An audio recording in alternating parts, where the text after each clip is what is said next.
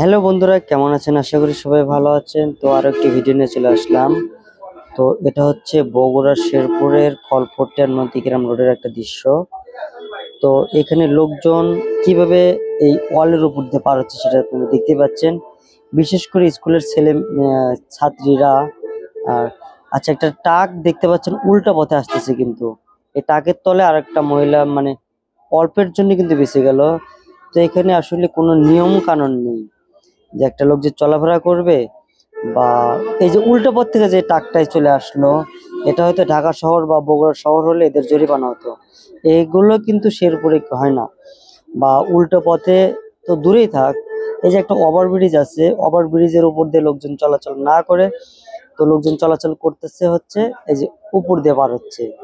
তো এটা বিগত ভিডিওতে আমি এর আগে অনেকবার দিয়েছি।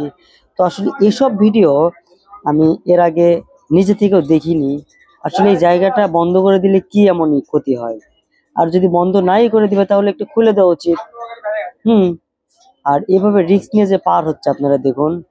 এখানে আমি দীর্ঘ 5 মিনিট দাঁড়াইছিলাম। তো এখানে দেখতেছিলাম যে কিভাবে লোকজন পার হয়।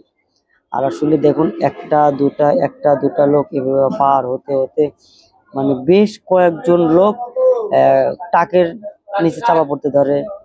আবার দেখি যে বাসের নিচে চাপা পড়তে ধরে। দেখুন কিভাবে এই যে লোকজন যে পার হচ্ছে, টাক আসতেছে।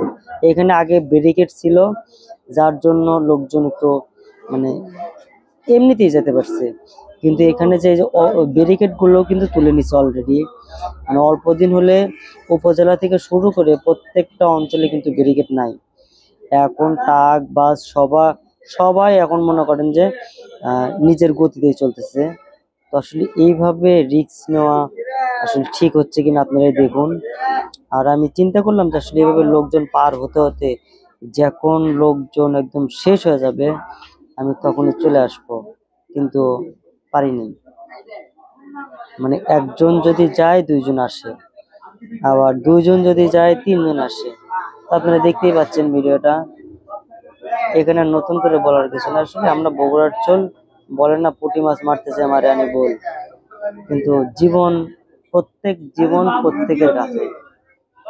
হ্যাঁ, এই যে লোকজন নাই, আবার দুইটা মহিলা চলে আসলো। দেখুন, আবার মহিলা মানুষ কিভাবে পার হচ্ছে সেটা তো দেখতে পাচ্ছেন। মানে পুরুষ মানুষ যেটুক সাহস নিয়ে পার হচ্ছে, তার থেকে ডাবল সাহস নিয়ে মহিলা মানুষ। আবার এর ভিতরে আবার ঢুকে গেছে দুজন ছাতি নিয়ে। দেখেন জীবন, এখন এই লোকটা পার হতে পারবে কিনা তারই কোনো অস্তিত্ব বা গ্যারান্টি নাই। সে আবার ছাতি নিয়ে যাচ্ছে। দেখেন, আচ্ছা একজন ছাতি নিয়ে পার হলো তো হলোই, আরেকজন কিন্তু পার হতে পারলো না, হয়তো হবে। তো চিন্তা করলাম একজন দুইজন, এই দুইজন গেলে হয়তো লোকজন শেষ, আমিও চলে যাবো এখান থেকে। হ্যাঁ, যে জন্য বসেছিলাম না, আরেকজন চলে আসলো।